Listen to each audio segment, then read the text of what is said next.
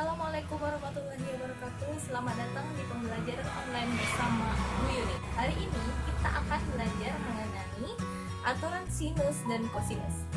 Sebelum kita mulai pembelajaran hari ini, marilah kita bersama-sama berdoa. Berdoa, mulai. Selesai. Cocok. Oke, sekarang kita ke aturan sinus. Misalkan ibu mempunyai suatu segitiga sembarang, segitiga ABC. Sisi yang berada di depan sudut A adalah sisi A. Dan sisi yang berada di depan sudut B adalah sisi B. Dan sisi yang berada di depan sudut C adalah sisi C. Maka aturan sinus yang berlaku adalah A per sin A sama dengan B per sin B sama dengan C per sin C. A per sin A, B per sin B, C per sin C. Nah, penggunaan rumus ini itu nanti menyesuaikan dengan soal dan apa yang ditanyakan dalam soal. Kita lanjut ke contoh soal. Soalnya, diketahui segitiga ABC dengan panjang sisi A 4 cm, sudut A 120 derajat, dan sudut B 30 derajat. Maka sisi C adalah, tips dari menjawab soal adalah kita tuliskan dulu apa saja yang kita ketahui dari suatu soal. Diketahui suatu segitiga, berarti kita gambarkan suatu segitiga. Kita tidak tahu ini segitiga apa, jadi kita gambar aja sembarang segitiga gitu ya. Segitiga ABC dengan sisi A, sisi yang di depan sudut A adalah sisi BC. Sisi A 4 cm. Nah, sudut A adalah 120 derajat. Nah, berarti yang terjadi adalah segitiga tumpul. Berarti kita rubah dulu. Dan sudut B adalah besarnya 30 derajat. Nah, yang ditanyakan adalah panjang dari sisi C, berarti sisi AB. Oke. Kita uraikan dulu rumus yang telah kita ketahui tadi, rumus dari aturan sinus. A per sin A sama dengan B per sin B sama dengan C per sin C. Nah, di sini kita tidak menggunakan B per sin B karena yang ditanya adalah C. Dan yang diketahui adalah A dan sin A dan sin C, sudut C. Ini bisa kita ketahui dari, ingat, jumlah sudut dalam satu segitiga adalah 180. Otomatis, jika A 120, B 30, maka sisanya adalah sudut C. Berarti sin C adalah 30. Oke, berarti kita menggunakan persamaan A per sin A sama dengan C per sin C. Nah, sekarang kita tuliskan A itu berapa? A adalah 4 cm per sin A itu berapa derajat? A 120 derajat, berarti sin 120. Sama dengan C itu yang ditanyakan, berarti kita tuliskan, atau bisa kalian tuliskan dalam variabel X. Sin C, C-nya adalah 30, berarti sin 30. Oke. Nah, tuliskan sin 120 adalah setengah akar 3. Sama dengan C per sin 30 adalah setengah. Nah, maka bisa kita gunakan perkalian silang 4 kali setengah akar 3 dikali C. 4 kali setengah sama dengan setengah akar 3 kali C. Oke, 4 kali setengah adalah 2. setengah akar 3 kali C. Terus habis itu C sama dengan 2 per setengah akar 3. Gimana tuh caranya? Caranya adalah ingat kalau per itu kita bisa ngubahnya dalam bentuk pembagian biasa. 2 dibagi setengah akar 3. Nah,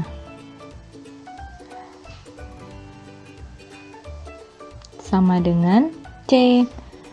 Kita bisa ubah dalam bentuk kali ya. Jadinya penyebut dengan pembilang itu kita ubah. Tuh, 2 kali 2 adalah 4 akar 3 sama dengan C. Nah, lihat kalau seandainya penyebut berbentuk akar, maka harus kita ubah dengan cara merasionalkan ya. Merasionalkannya. Gimana caranya? Di 4 akar 3 dikali akar 3 per akar 3. Nah, sama dengan 4 akar 3 per akar 3 kali akar 3 adalah 3. Berarti 4 per 3 akar 3 sama dengan C. Nah, itu dia jawabannya. Jadi C sama dengan 4 per 3 akar 3. Lanjut ke aturan kosinus. Aturan kosinus juga melibatkan sisi-sisi dan sudut dari suatu segitiga. Ada 3 rumus dari aturan kosinus yang harus kalian hafal. Namun sebenarnya ketiga rumus ini mempunyai pola yang sama. Misalkan ada suatu segitiga sebarang A, B, C dengan sisi yang berada di hadapan setiap sudut adalah sisi dari namanya itu sisi dari sudut tersebut, tapi ditulis dengan huruf kecil untuk sisi B dan sisi C. Nah, rumus yang pertama, A kuadrat sama dengan B kuadrat ditambah C kuadrat kurang 2 kali B kali C kali cos sudut A. Ini rumus yang pertama. Rumus yang kedua, B kuadrat sama dengan A kuadrat ditambah C kuadrat kurang 2 kali A kali C kali cos dari sudut B. Nah, yang ketiga adalah C kuadrat sama dengan A kuadrat ditambah B kuadrat kurang 2 kali A kali B kali cos sudut C. Cos sudut C. Kita lanjut ke contoh soal, tapi sebelum itu Ibu mau mengingatkan ke kalian bahwa penggunaan rumus ini agak sedikit rumit karena melibatkan kuadrat-kuadrat. Nanti kita melibatkan akar, tapi tidak apa-apa, asalkan kalian memperhati, kalian pasti bisa. Contoh soal dari penggunaan aturan kosinus. Ketiga, A, B, C dengan sudut B itu adalah 30 derajat. Sisi AB 15 cm. Sisi B 20 cm. Maka berapakah sisi AC? Nah, karena yang diketahui adalah dua sisi dan mengapit satu sudut, dua sisi dan mengapit satu sudut yang diketahui, maka penggunaan kosinus yang berlaku adalah untuk sisi B karena berhadapan dengan sisi sudut B. Tulisan kembali rumus dari kosinus sisi B. B kuadrat sama dengan A kuadrat ditambah C kuadrat 2 kali A kali C cos sudut B. A berarti sisi BC 20 kuadrat ditambah C kurang 2 kali 20 kali 15 cosnya 30. Oke. 20 kuadrat adalah 400.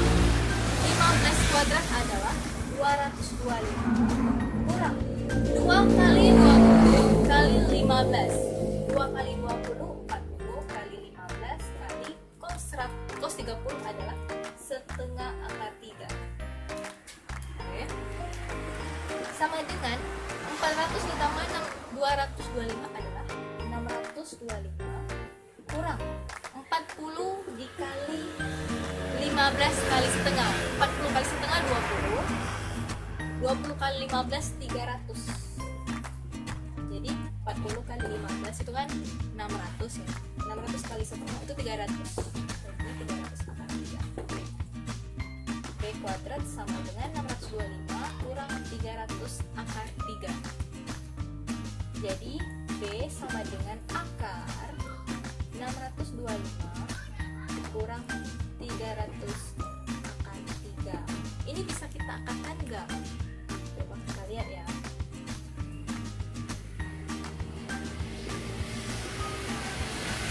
Menggunakan sifat distributif, kita ibaratnya menyederhanakan angka gitu. Jadi 25 kita kurung 625 itu kan 25 kali 25 berarti 25 di sini. Kurang 300 dibagi 25 adalah 12. Ini 5 karena akar 25 itu adalah 5. Jadi yang di dalam akar tinggal 25 dikurang 12 akar 3. Ini masih bisa disederhanakan nggak?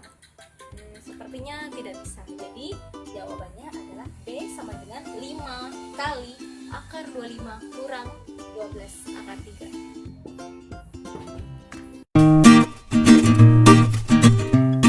Sekarang kita lanjut ke soal cerita. Karena matematika tanpa soal cerita itu tidak kontekstual gitu ya. Jadi kita ke soal cerita. Ceritanya gini. Sebuah mobil melaju dari tempat A sejauh 16 km ke arah 40 derajat. Kemudian berbelok sejauh 24 km ke tempat B dengan arah 190 derajat. Maka yang ditanya adalah jarak A dan B adalah. Sekarang kita deskripsikan dalam bentuk gambar dari soal cerita ini. Let's go. Sebuah mobil bergerak dari kota A, dari tempat A. Sejauh 16 km dengan sudut 40 derajat. Nah, sudut 40 derajat kita bentuk garis bantu. Nah, titik-titik ini adalah garis bantu ya. 40 derajat. Nah, 40 derajat dihitung dari sini. 40 derajat. Sejauh 16 km. Berbelok sejauh 24 km ke kota B dengan sudut 160 derajat. Oke. Di sini kita buat lagi garis bantunya.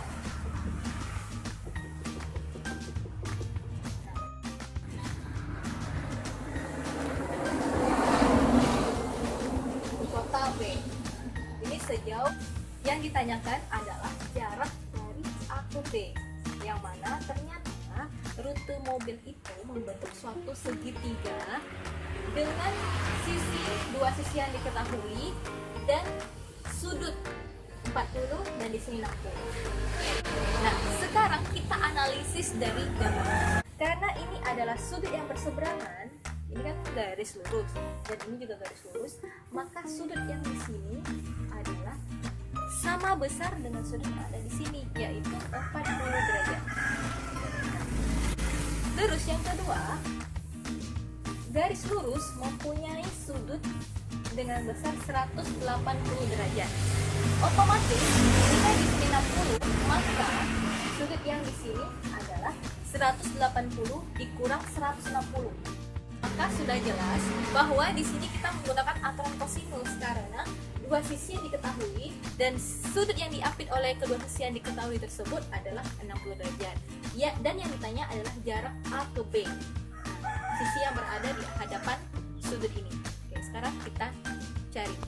Sama seperti soal yang lainnya, bahwa setiap kali kita menjawab soal, kita harus selalu menuliskan kembali rumus untuk membantu kita agar kita lebih teliti aja gitu. B kuadrat sama dengan A kuadrat ditambah B kuadrat kurang 2 kali A kali B kali cos sudut C. Kita masukkan angka yang telah diketahui ke dalam rumus ini. C kuadrat, A itu adalah 24 kuadrat ditambah B adalah 16 kuadrat kurang 2 kali 24 kali 16 kali cos sudut C-nya adalah 60. 20 tambah 40. 24 kuadrat adalah 576.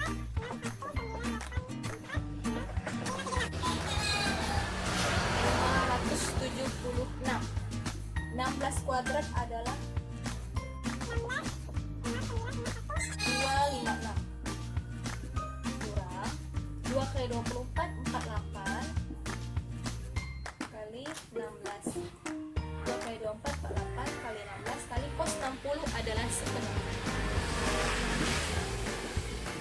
576 ditambah 256 adalah, sekarang kita jumlahkan. 576 ditambah 256 adalah 832 kurang 48 kali 8 adalah 384. 832 dikurang 384 hasilnya adalah 448. 448 itu adalah C kuadrat, yang ditanya adalah C.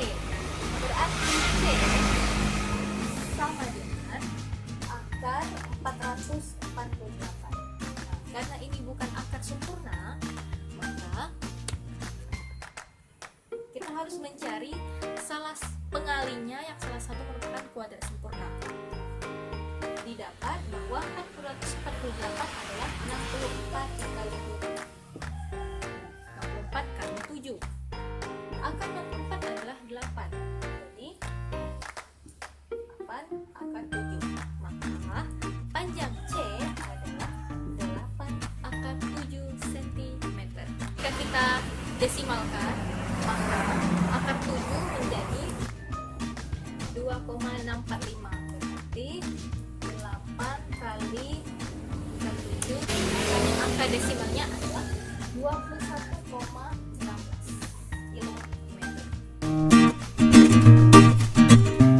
Oke, sekian pembelajaran hari ini. Semoga apa yang telah tadi dijelaskan bisa kalian pahami dan bisa kalian mengerti. Materinya agak sedikit sulit, tapi ibu yakin jika kalian berusaha maka kalian akan bisa dan terlatih. Tetap jaga kesehatan, jangan keluyuran, jangan keluar rumah jika itu tidak penting, tetap di rumah aja. Wassalamualaikum warahmatullahi wabarakatuh. See you.